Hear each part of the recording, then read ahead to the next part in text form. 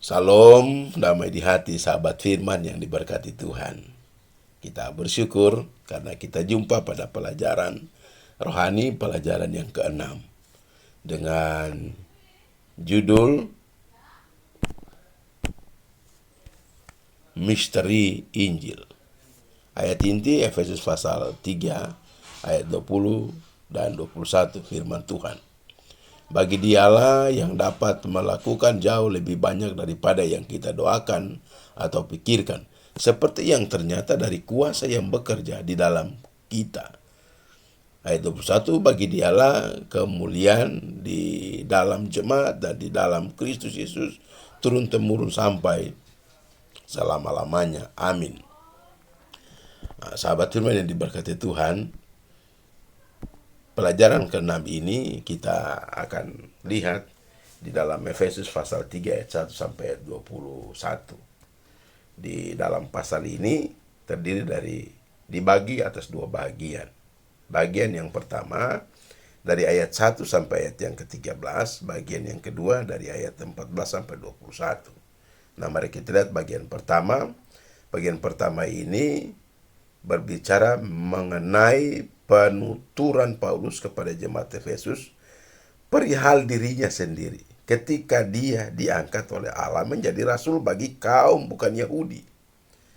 Poin yang kedua berbicara mengenai doanya yang saleh dan penuh kasih sayang yang ia panjatkan kepada Allah bagi jemaat Efesus.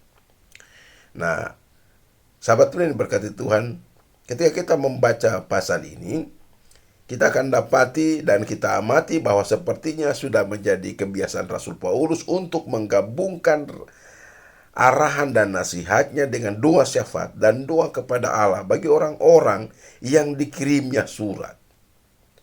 Sebab dia tahu betul bahwa semua arahan dan pengajarannya akan sia-sia belaka, kecuali jika Allah turun tangan dan menjadikan semuanya itu bermanfaat. Nah, ini merupakan contoh yang harus diteladani oleh semua pelayan Kristus, yaitu berdoa dengan sungguh-sungguh supaya pekerjaan roh ilahi yang ampuh selalu menyertai pelayanan mereka dan memahkotai mereka dengan keberhasilan. Sangat luar biasa informasi rohani ini. Dan di pasal ini, sahabat firman, kita dapati juga mengkisahkan tentang penderitaan Paulus, pengangkatan Paulus sebagai rasul, jeripaya Paulus sebagai rasul. Kita lihat berita firman yang sangat luar biasa ini. Di pasal ini juga kita dapati pernyataan rahasia. Rasul Paulus dipilih oleh Allah untuk memperkenalkan dan menjelaskan paling tidak dua pernyataan besar. Yang pertama adalah Injil itu sendiri kabar baik mengenai keselamatan yang diperoleh melalui kematian dan kebangkitan Tuhan Yesus Kristus. Dan yang kedua adalah kebenaran tentang gereja sebagai tubuh Kristus. Nah, di dalam surat-surat tentang Injil yang ditekankan di dalam kitab Roma, yang terkenal dalam kitab Roma dan 1-2 Korintus dan kitab Galatia, Paulus menguraikan panjang lebar pernyataan pertama. Nah, di dalam surat-surat kelompok kronologi saat ini, yaitu surat-surat penjara, sang rasul secara luas membahas pernyataan yang kedua, gereja sebagai tubuh Kristus. Nah, sangat menarik juga di pasal ini, pasal 3 ini. Pasal 3 ini merupakan puncak dari bagian utama dan bagian pertama surat ini yang mengemukakan kedudukan kita di dalam Kristus. Sangat luar biasa firman yang kita pelajari di pasal yang ketiga ini. Nah, di ayat 1 sampai ayat 13 kita dapati ada 3 hal penting yang kita renungkan bersama-sama. Hal yang pertama merupakan pertanyaan.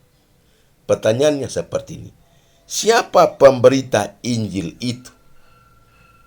Maka kita dapati dalam ayat-ayat firman Tuhan ini, dia adalah Paulus. Paulus pemberita Injil. Nah, sahabat firman, dalam memberitakan Injil kepada etnis non-Yahudi, Paulus banyak mendapatkan tantangan. Pemberitaan Injil inilah yang menyebabkannya menjadi tahanan Kaisar Nero. Tetapi Paulus tidak pernah melihat hidupnya, sehingga Paulus menyebut dirinya sebagai tahanan Kristus di ayat yang pertama. Nah, sahabat firman, mari kita lanjut. Dalam menjelaskan dirinya sebagai pemberita Injil, dua hal terungkap. Yang pertama, berita Injil, dan yang kedua adalah tugas memberitakan Injil. Berita yang disampaikan adalah misteri atau rahasia di ayat yang ketiga, ayat 4, ayat 9. Berita Injil disebut rahasia bukan karena isinya kabur, sahabat firman, atau hanya diketahui para elit rohani, tetapi karena ini adalah kebenaran yang dinyatakan Allah kepada manusia di ayat yang kelima. Nah, apa isi rahasia Injil itu? Isi rahasia Injil mengenai umat Allah terdiri dari segala etnis di ayat yang ke-6. Istilah semua etnis penting sekali. Bahwa umat Allah tidak meliputi semua manusia, karena banyak manusia yang dengan sadar dan sengaja menolak untuk menjadi umat Allah. Jika Allah memaksa semua manusia yang menolaknya menjadi umatnya, maka sedikitnya dua hal terjadi. Yang pertama, bahwa Allah adalah diktator, dan yang kedua, manusia berubah menjadi robot. Nah, umat Allah bersifat internasional.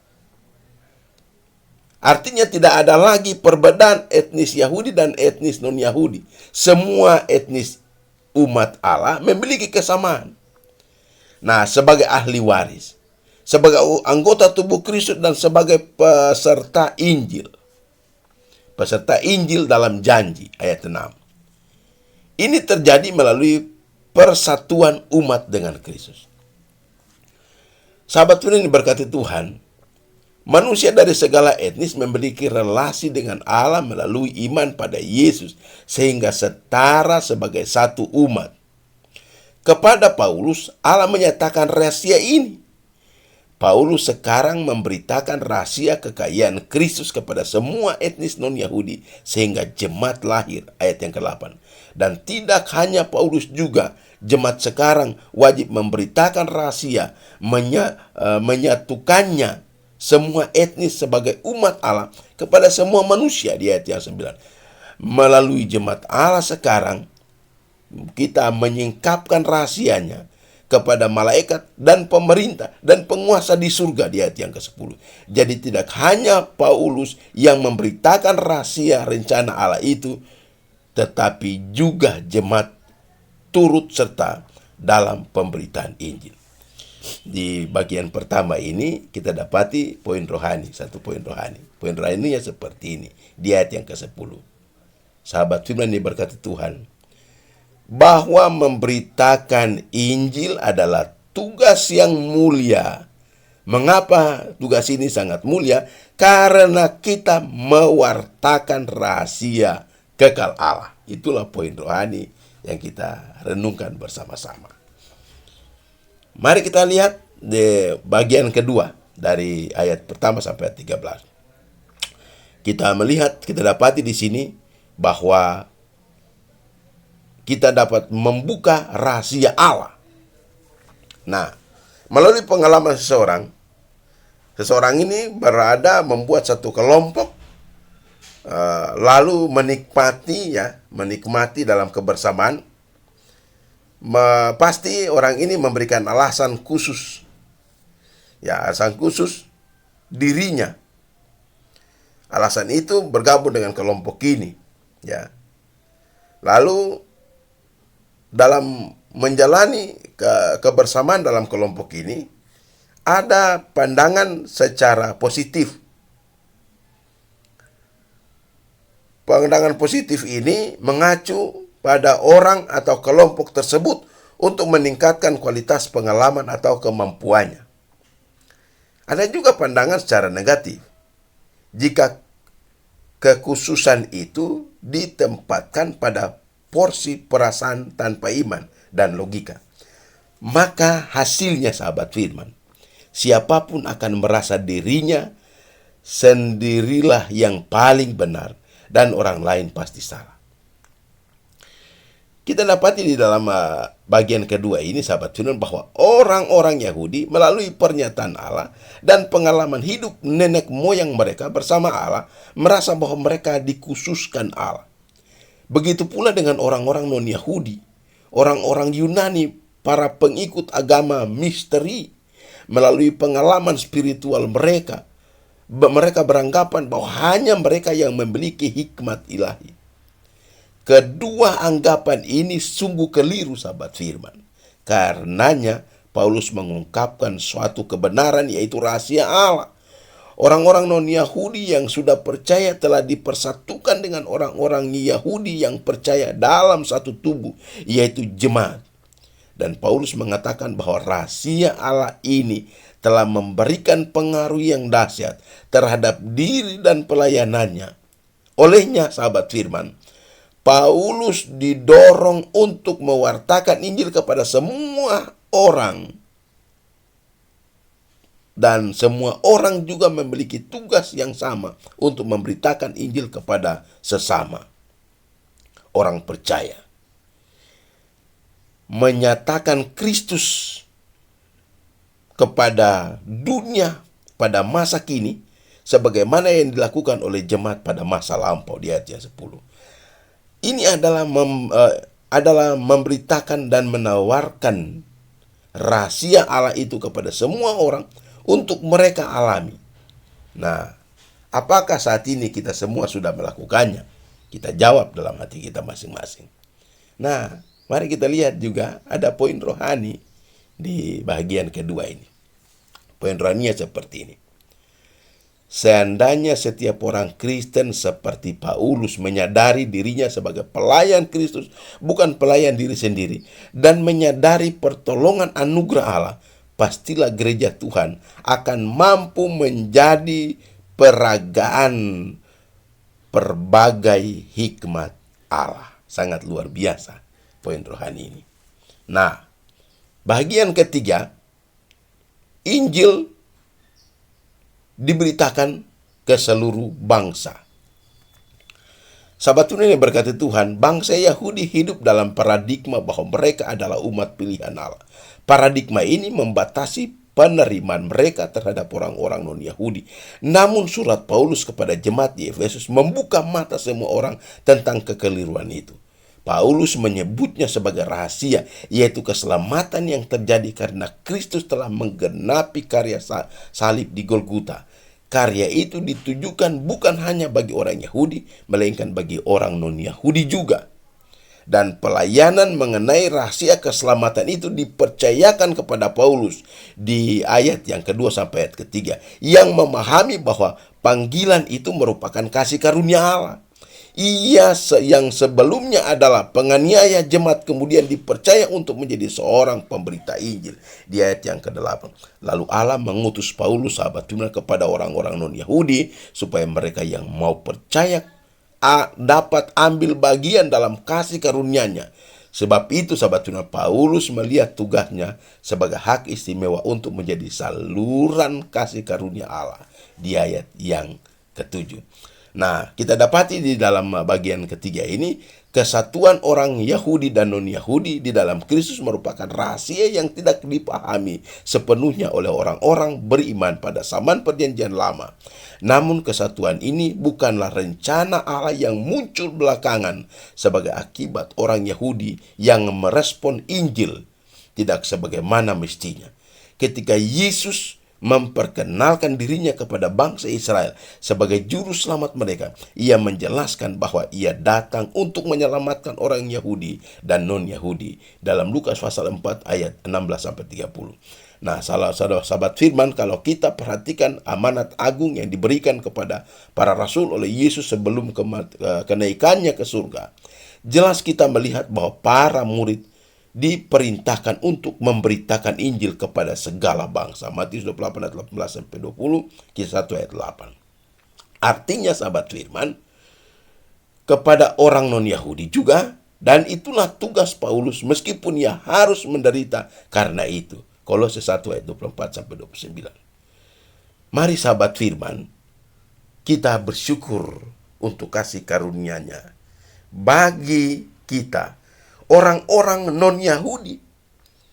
Biarlah kita mengungkapkan rahasia syukur kita dengan memberitakan kabar baik kepada setiap orang dari segala bangsa. Itulah poin rohaninya. Nah, sahabat firman yang diberkati Tuhan, sangat luar biasa firman yang kita pelajari pada hari ini. Mari kita berpindah kepada bagian kedua di ayat 14 sampai ayat yang ke-21 tentang doa Paulus.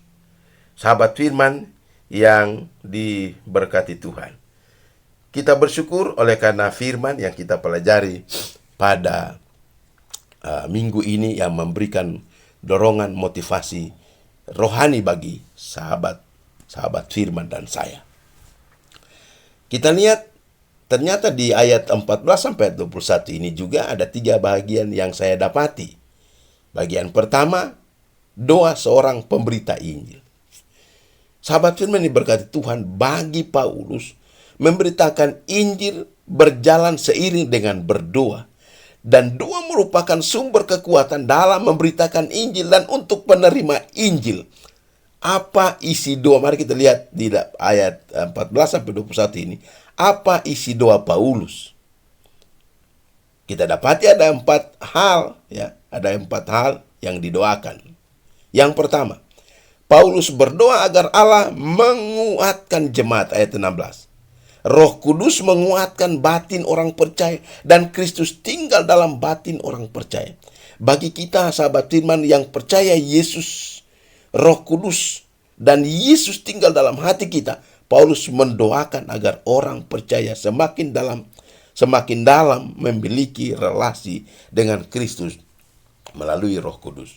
Yang kedua, yang Paulus doakan, Paulus berdoa agar orang percaya berakar dan berdasar dalam kasih serta menguasai semua aspek kehidupan. Di ayat 17, Paulus memakai metafora tumbuhan, akar, dan bangunan fondasi. Yang ketiga, Paulus berdoa agar jemaat memahami kasih Kristus. Ayat 18, Paulus juga berdoa agar makin mengenal kasih Kristus dengan semakin mempraktekkan kasih semakin dikenal dan dihayati kasih Kristus seperti apa sahabat firman. Kasih Kristus lebar, panjang, tinggi, dan dalam. Nah, seorang pemerhati rohani, John Stott, memberi komentar yang menarik tentang hal ini. Komentarnya seperti ini, bahwa kasih Kristus demikian lebar sehingga meliputi semua etnis manusia. Demikian panjang sehingga bertahan hingga kekekalan. Demikian dalam sehingga menjangkau orang yang paling berdosa. Demikian tinggi sehingga meninggikannya ke sorga. Akhirnya sahabat firman, Paulus berdoa agar orang percaya dipenuhi kepenuhan Allah. Ayat 19. Kepenuhan Allah berarti kelimpahan anugerahnya yang dicurahkan memenuhi manusia. Kepenuhan Allah dapat juga berarti kepenuhan yang memenuhi Allah sendiri, yakni kesempurnaannya. Arti kedua lebih dekat dengan yang Paulus maksudkan. Orang Kristen akan menjadi sempurna sama seperti Bapa adalah sempurna. Inilah keadaan orang Kristen seperti yang Tuhan Yesus perintahkan di dalam Matius 5 ayat 48. Inilah doa Paulus kepada Allah. Ayat 14. Dan Paulus percaya bahwa Allah tidak hanya mendengar doanya, tetapi Allah mampu mengerjakannya. Ayat 20 dan ayat 22. Nah, sahabat firman, ada poin rohani. Poin rohaninya seperti ini. Sahabat firman diberkati Tuhan, kita diberikan motivasi. Hendaknya doa-doa kita berorientasi bukan pada kebutuhan dan keinginan kita, sahabat firman, tetapi pada maksud-maksud baik Allah yang kekal dalam Yesus Kristus. Bahagian kedua, doa syafaat umat. Bagi Paulus, sahabat firman, keberadaannya sebagai narapidana bukanlah halangan untuk berkomunikasi dengan Allah, Sang Bapa yang berkuasa baik di bumi maupun di surga. Ayat 14-15. Sikap optimis Paulus ini menunjukkan kepada kita bahwa kebergantungan dirinya kepada Allah bukanlah formalitas, tetapi sudah merupakan bagian dari hidupnya. Di dalam doa ini, Paulus memohon hal-hal hakiki agar setiap orang percaya dapat menghayati segala yang Allah sediakan, yang menjadikan itu sebagai bagian yang penting dari kehidupan. Ada 3 pokok penting yang Paulus sampaikan kepada Allah Bapa di surga. Yang pertama, doa agar jemaat Tuhan memperoleh kekuatan dan peneguhan roh Allah. Ayat 16-17. Nah, kehadiran Roh Kudus dalam hidup seseorang tidak hanya bukti keselamatan, tetapi juga memberikan kesanggupan dan kekuatan untuk menjalankan kehidupan Kristen. Hal ini, sahabat firman, yang Paulus inginkan agar diketahui jemaat saat itu dan kita di zaman ini. Dan kedua, doa supaya jemaat memperoleh pemahaman dan pengenalan terhadap kasih Kristus. Ayat 18. Sahabat Tuhan yang berkat Tuhan, walaupun pada kenyataannya kasih Kristus melampaui segala pengetahuan, Paulus tetap menginginkan agar jemaat memahami lebar, panjang, dalam, dan tinggi kasih itu. Tentu parameter yang dipakai bukan secara fisik. Ia ingin agar kita secara pribadi mengenal kasih Kristus yang melampaui segala sesuatu. Yang ketiga, doa untuk kepenuhan Allah. Ayat 19. Kita dapati di sini, sahabat Tuhan, bahwa Allah menginginkan agar kita mengalami kepenuhan Allah, dan ukuran kepenuhan kita adalah Allah sendiri. Paulus tidak menginginkan jemaat memiliki standar ukuran yang salah dalam menguji kehidupan mereka sendiri. Standar yang benar dalam hal ini adalah Yesus Kristus. Kita dapati satu poin rohani. Kita bersyukur, kita bahas poin yang kedua. Mari sahabat firman, kita telusuri butir-butir permohonan doa Paulus ini.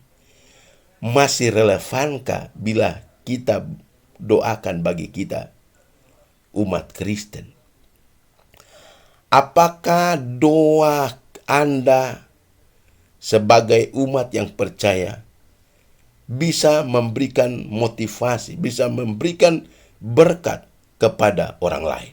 Malah kita berdoa dengan sungguh-sungguh kepada diri kita dan kepada orang lain yang mengerjakan pekerjaan Injil. Kita datang kepada poin yang terakhir di bagian yang kedua, ayat 14 sampai ayat 21. Landasan doa. Sahabat Tuhan yang diberkati Tuhan, pada umumnya orang berdoa untuk mencari kehendak Allah, bukan? Dan itu dilakukan dalam kaitan dengan rencana masa depannya. Ini tidak salah. Namun mari kita lihat dimensi lain, yaitu menjadikan kehendak Allah sebagai landasan doa. Kemarin kita melihat pemahaman Paulus mengenai kehendak Allah bagi orang percaya, yaitu bahwa seluruh bangsa, baik Yahudi maupun non-Yahudi, menjadi satu di dalam Kristus. Dan rencana Allah yang mulia inilah yang mendasari doa Paulus dalam bacaan di ayat yang ke-14. Paulus berdoa agar jemaat Efesus dikuatkan dan diteguhkan oleh roh Allah berdasarkan kekayaan kemuliaannya. Ayat 16-17. Ini adalah kebutuhan mendasar orang beriman, yaitu kehadiran kuasa Allah di dalam hidup. Dan itu bisa terjadi bila Kristus berdiam dalam hati mereka yang beriman kepada Dia. Yohanes pasal 14 ayat 23. Dengan Kristus berdiam di dalam hati dan Roh Kudus menguatkan, maka jemaat Efesus akan hidup seturut ajaran Kristus. Hidup yang seperti ini akan mengalami perubahan dari hari ke hari, bertumbuh dan semakin serupa dengan Kristus. Dan Paulus juga berdoa agar orang Kristen non-Yahudi memahami dimensi penuh dari kasih Kristus sebagaimana anggota dalam keluarga Allah. Ayat 18. Umat yang telah mengalami kasih Kristus, niscaya sahabat firman akan memahami kasih itu serta mau hidup dan berakar serta berdasar di dalamnya. Tujuannya adalah agar jemaat Efesus dipenuhi oleh kepenuhan Allah. Kita lihat sahabat firman, doa Paulus ini dapat dilihat sebagai refleksi kebutuhan utama umat Tuhan. Jemaat akan mengalami hidup yang dinamis bila Kristus berdiam dalam hati mereka. Hidup mereka akan efektif karena memiliki kualitas yang lahir dari kuasa Roh Kudus. Pemahaman akan kasih Kristus serta dipenuhi oleh kepenuhan Allah. Inilah yang akan menolong jemaat memahami panggilan mereka sebagai umat Tuhan di dunia ini. Tuhan Yesus memberkati kita. Amin.